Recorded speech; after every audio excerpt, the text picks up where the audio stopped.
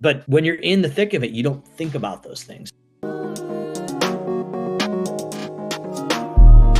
Literally, as many of the businesses we work with, hundreds a year, the main benefit is I can see individuals about to make the mistakes we made, or they're in the middle of that chaos. And it's literally, if we can just pull them out for 5 to 10 minutes, they're like, oh, I mean, as crazy as it sounds, in the middle of that, we had about a third of our company, literally our crew leaders and technicians, left, staged a mutiny, and created a competing company. Wow. And I walked in Monday mornings. I always do. I was getting everything going. You may ask, what did you do when a third of your employees weren't there? In that chaos, I actually jumped on a truck in some wild imagination that I would be able to mow 3 crews worth of work that just 6 people, right? Yeah. And I continued this insanity for almost 2.5 weeks till I literally almost had a heart attack. Yeah. And then I did exactly what I should have done from day one. I should have went right to the office and started working the database of people we already interviewed, and we had ranked A, B, and C without a driver's license. But when you're in the thick of it, you don't think about those things. So I bet you there was even more than that I was doing, because I was just going with no intentionality. Gotcha. So if heaven forbids something happened, and if you had to start all over from zero, you were starting a local home service business, what things would you put in place before you ever even do your very first job? It's done really in about 6 steps, but the first 3, in my mind, are instrumental. So if I'm going to go restart this and I really want a solid business, first thing I'm going to do is look at my time management. So ideally, you want to work about 20% of your time strategically on the business. Now, if you're just going to be a one-person entrepreneur, this may not be feasible to 20%, but I would say you got to have at least 4 hours a week. I don't care if it's an hour over 4 days or all one time, but this is like your non-disturbed time.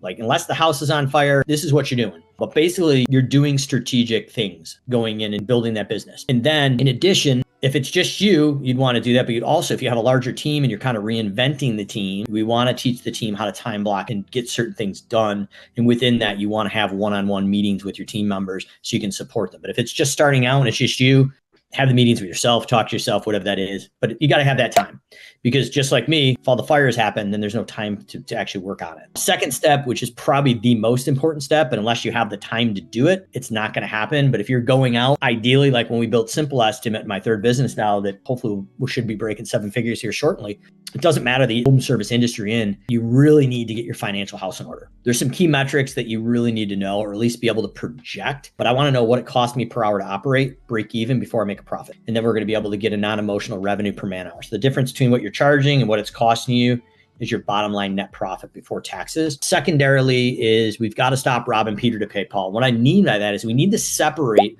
our business and our personal finances. Another great book, Profit First by Mike Michalowicz. Without diving into the whole book, there's some really simple takeaways that we really need to do. The first of which Mike doesn't hit on in the book, but I'll hit on because I think it's equally important as the other two, is the business owner needs to be paid a fair market wage. Let me say that again. You as the business owner need to be getting a paycheck or a draw if it's an LLC, because legally you can't take a paycheck, but it's technically a paycheck. You are getting your weekly paycheck. So if you were to go hire somebody in your market and it costs $65,000 to hire that individual, you as the business owner need to be getting that in a paycheck.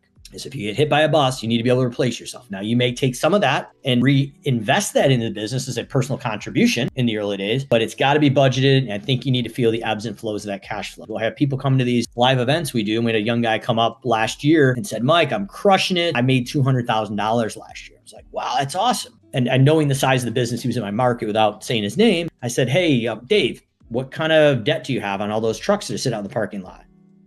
Well, that debt is actually had on your balance sheet. So we need to account for that. And so we figured that out, and it was, maybe he's down about $100,000 now. I go, what are you paying yourself? He goes, well, I just take whatever money I need out of the business account. I just draw it out. I go, all right, well, let's back out what your paycheck should have been. The guy ended up it was like $15,000 or $20,000 profit, which was still good. But at the end of the day, there was that misconception that he thought he was making $200,000. He wasn't.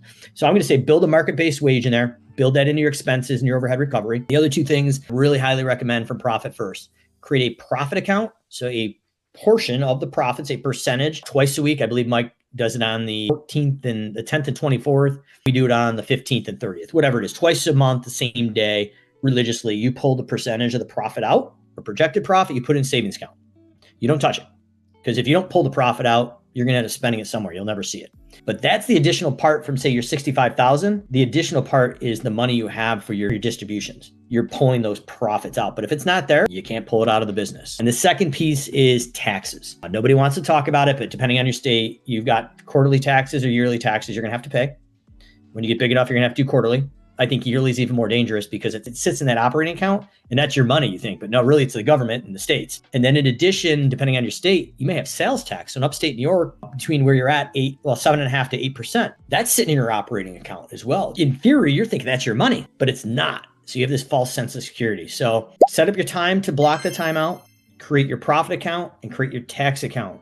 An interesting 2-minute kind of story, like how bad this tax thing can get. We've done it twice and probably got it wrong. Sometimes we got lucky enough to get it right. I will tell you the tax thing we got wrong, and we got it wrong in a bad way, but we got lucky. I'm driving down one of the major highways in New York, 490. I'm off the truck in my personal car, I think. And my accountant, Greg, calls me. He goes, Mike, where are you at? I'm like, I'm on 490, about 2 exits before this bar, Trotta. Just opened up, rooftop bar, probably about this time. Gorgeous out. And he goes, all right, cool. Pull over and drop out of the parking lot of Trotta. I'm like, sick. What a better time. I'm going to go and meet my accountant, have a couple cocktails and review our taxes. Got to be a great end of the day, right around 4:35 happy hour. So I pull in the parking lot. He's still on the phone. I'm like, all right, Greg, I'll be in a minute. Where are you sitting? He goes, well, I'm not in the bar. You're on the rooftop, right? He goes, no, I'm not even there. I'm like, why in the hell do you have me in this parking lot? He goes, I just want to make sure before I drop this news on you, you're not driving down the highway. He goes, you owe $43,000 or $45,000, somewhere in that range of taxes tomorrow. Wow. We moved some money around and we made our tax payment, but that's how crazy it can be. As far as I was concerned, that money in the bank, that 43 to 45,000 was my money, but it wasn't. So if we're running that business by the bank account balance, we can get in big, big trouble.